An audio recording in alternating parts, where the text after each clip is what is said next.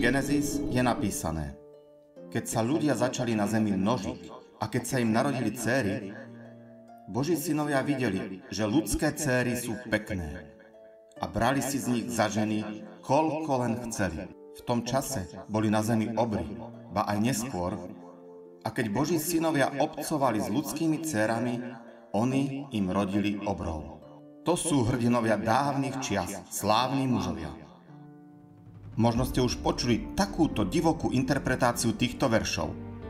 Nebeskí anjeli sa zamilovali do ľudských dcér. Zostúpili z neba ku ním a tieto duchovné bytosti mali spolu so ženami výnimočné super deti. Pán Boh potom musel aj kvôli tomuto hriechu zoslať na zem potopu.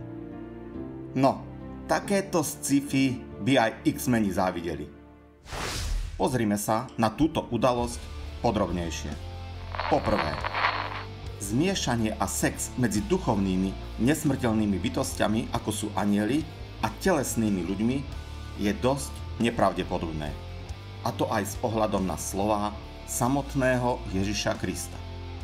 Synovia tohto veku sa ženia a vydávajú.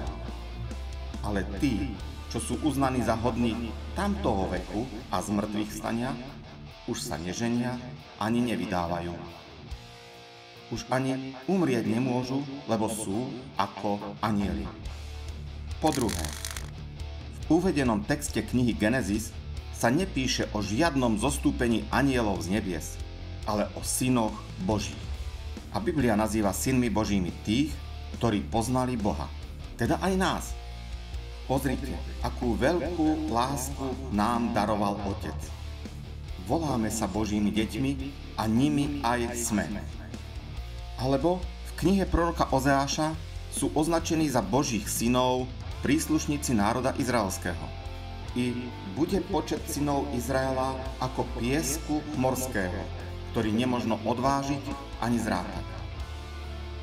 Vtedy, miesto toho, že by im vraveli, vy ste nie môj ľud, budú im hovoriť synovia živého Boha. Takže kto a s kým to vlastne mal sex a slávne potomstvo? Pravde najviac blízky je takýto pohľad. Od počiatku ľudstva Biblia dáva dôraz na dve skupiny ľudí. Ctiteľov Boha, chodiacich s ním, a svojvoľníkov, nectiacich meno Božie. Už prvý zaznamenaný biblický spor bol medzi Kainom a Ábelom. A to práve kvôli uctievaniu Boha a prinesenej obete. A ak si prečítame kúsok z Kainovho rodokmeňa, zistíme, že jeho potomstvo dalo svetu staviteľov miest, umelcov, hudobníkov, kováčov, bojovníkov.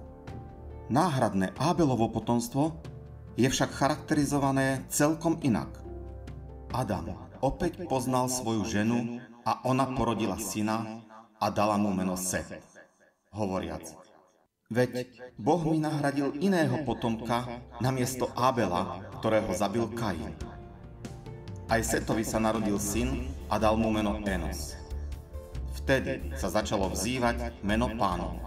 Takže 6. kapitola knihy Genesis nezaznamenáva nadpozemské spojenie anjelov s ľuďmi, ale opisuje realitu toho, že pokolenie uctievačov Boha sa začalo miešať s pokolením posmievačov.